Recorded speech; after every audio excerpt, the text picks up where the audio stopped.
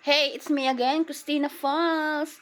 At ngayong gabi, 6:56 p.m., naghihintay akong makauwi si Josawa kasi ipaprank ko ulit siya. Sabi niya kanina nasa Masinag Antipolo na daw siya. Hindi ko alam kung anong oras siya saktong makakauwi. Basta alam ko, maya-maya andito na yun. Ipaprank ko ulit siya. Meron tayong gagawin sa kanya na hindi niya alam. So, in short, hindi ito scripted, ha? Mayos kayo. Itong camera ng cellphone ko, itong cellphone ko, itatago ko sa hindi niya agad mapapansin. So, abangan niyo lang. Watch and learn.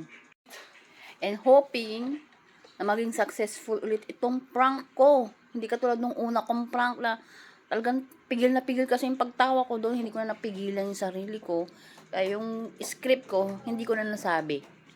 Sana ngayon, alam nyo na, sana maging successful. Yun lang naman. Bye.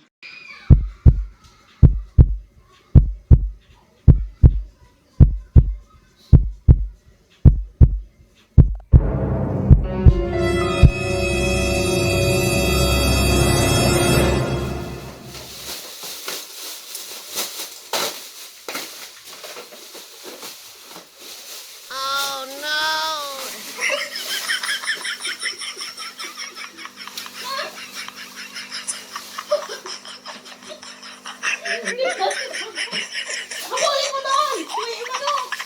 Dali!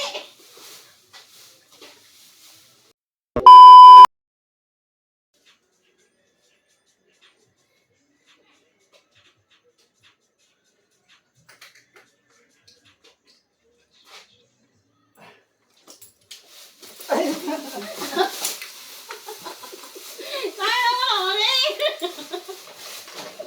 Ang pangit! Ang pangit mo naman! Ba't di sumingot ka agad dito? Gulat ako eh. Ayoko na! Gulat ako eh. Diyan ka pala. Nala ko nandito ka eh. Tagal ko maghintay! Kasi yung camera mo. Saan? Ayoko na! Ah, ayun. Kunyari nila tayo.